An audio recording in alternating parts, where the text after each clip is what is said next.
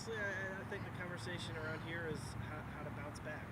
What's the training been like this week, and among the players, how have you guys tried to deal with bounce back from the last couple of games? Yeah, I think with how emotional it's been the last couple of games, 9 goals against, we have come together this week, kind of hit the reset button, kind of trying to refresh, come back to our identity, and honestly really just focus on the next game and focus on the mistakes that we have made, what we could do to prevent the other team obviously from scoring more goals than us. And so that has been an important key piece this week for us, just kind of building from these past 2 weeks and learning from that. And I think that we kind of came in with a little fire this week. And so hopefully us as a collective, we can apply that fire into a game. Like, you can see it all day in training, but that doesn't count unless you don't apply into the game. So we learned from these last 2 games, and hopefully we can kind of bring those emotions and use that to our advantage coming in this week.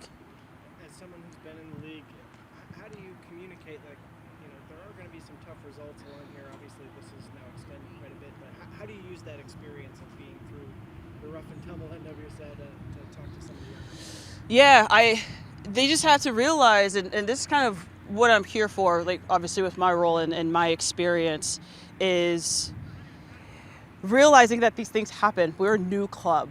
We are still in a building phase, and we're very young, still learning, and hopefully I can bring my leadership presence, just setting an example on the field at training. And so, and just kind of help settling the emotions as well, because there's been a little bit of fire at training, and hopefully, like I said, we could use that to our advantage. And that's kind of what I try and also show them. Like, it's okay to be angry. Let's be angry. That's good that we're angry.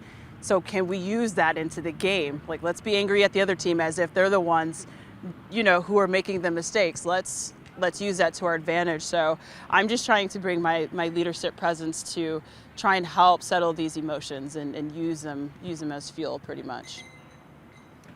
You mentioned identity, and that's something that quite a few fans on the internet and just kind of in circles have been talking about. What is this team's identity? Can you talk a little bit more about what you talk about as a club? Like, what do you feel like your identity as a team is at this point? Yeah, so at the beginning of the season, we kind of went over it in preseason. And since these past couple of weeks, we've been going over it again. And there's just sort of this huge gap throughout the season. And so after hitting the refresh button, it's like, okay, what are we known for? What are we here for? Hence our identity. And so, we always want to pride ourselves on our high press. And we took that away this past week, which isn't a part of our identity. So like little bits and pieces have been getting taken away, as we've been trying to build. And so now we're trying to come back to that. And so it's been kind of just jumbled and all over the place. The fans see it. Obviously, we know it as players as well. So we're kind of in this rebuilding phase, like mentally and on-field stuff as well. And so that's something that we are finding again. So beginning of the season, I could easily answer that question. Right now, it's like a rebuilding phase. And so we're finding that identity again.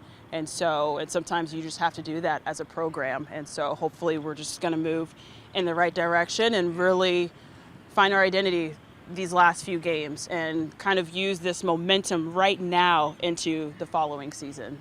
Why do you think that identity got lost? I have no answers. I don't know. There are things that I can say that I don't want to say on camera that I feel have gone wrong, or things that we could have fixed, but I am not quite in that position, so I'm not gonna do that on camera. So yeah. Is there, when you talk about getting to this run of results that extended since May, at what point did you start worrying about the young players? Because again, like, you've experienced results over the years just from playing in this league for so long. Jenna has, and England, Nadia has. But for the 23-year-olds who have never played in the league before, where do you think that conversation has to go with teaching them, like, hey, this is just stick with it, basically? Yeah. So this is a part of hitting that refresh button right now. So coming fresh from college and what you know from college and trying to apply it into the pros, it's not going to work. And so once, I have to watch my word usage here. I think once the questions start to get answered for them, it'll be much easier for them kind of understanding the game a little more, because the NWSL in my heart is the best women's football league in the world. And getting thrown in, I mean, we're like a big cage filled with lions here, and to be a 22-year-old kid coming into this league, it's hard to adjust. And so this is the adjusting phase for the younger players, and those are the things that they also have to realize, like Jay Howell, Sav DeMello, and Alex Chidiak going against Jess Fishlock, Megan Rapinoe, you know, those midfielders, Rose Lavelle, the experienced players. We have to realize, like, hey, they've been here for a very long time. You're just getting started. And so just getting started, it's going to be good for them because they adjusted to the speed of play, which, you know, I commend my teammates for. And I think just learning from this season what we can all do better to come together and bring our strengths together, because I don't think that we have shown that yet, what we can truly do as a team in a game if we put all of our strengths together. We saw a little bit against AC Milan in the Women's Cup, but I wish we had more of that. You know, it's like, okay, how can we have this type of confidence coming against this team, going against every team in the NWSL? Because we have to get over fear. I think fear is another thing. And because I see what my teammates can do at training, but we don't see it in games. And so what can we do to get their strengths, bring all of our strengths together and apply it in a game? And I think that's like a little key piece that's been missing as well. You see spurts of it in games sometimes, but then it just kind of goes away. And I think like fear and lack of confidence sometimes plays into par. And so once you build that confidence as a young player, because it's intimidating being out there. It really is. You know, I see someone like a Megan Rapinoe, I guess, you know, it can be a little intimidating. Like you're thinking like, holy crap, like this is what I'm playing against right now. You know, I'm going against Alyssa Nair, one of the best keepers in the world. So sometimes I know my teammates think about stuff like that. And so that could put some fear in you a little bit. So how can I help as their leader to be more brave? Like, let's go. Like, you deserve to be here. But that needs to be instilled in them. But they have to believe in themselves first before anybody else can. I can give them a pep speech any time of the day, tell them how great you are and things like that, but they have to believe it within themselves.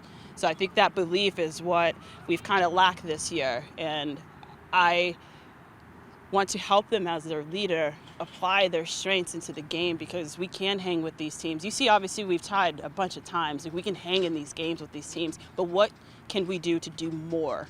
What can we do to bring that bravery, bring that confidence and things like that? So they're young, and it's still a building phase right now, which is frustrating, of course, because we're at the end of the season. It should have been done and over with by now, and, you know, we should have had this momentum going forward, but you know, we lack some of those things this season. And so hoping and praying we learn from this, we apply into these next few games and into next season as well.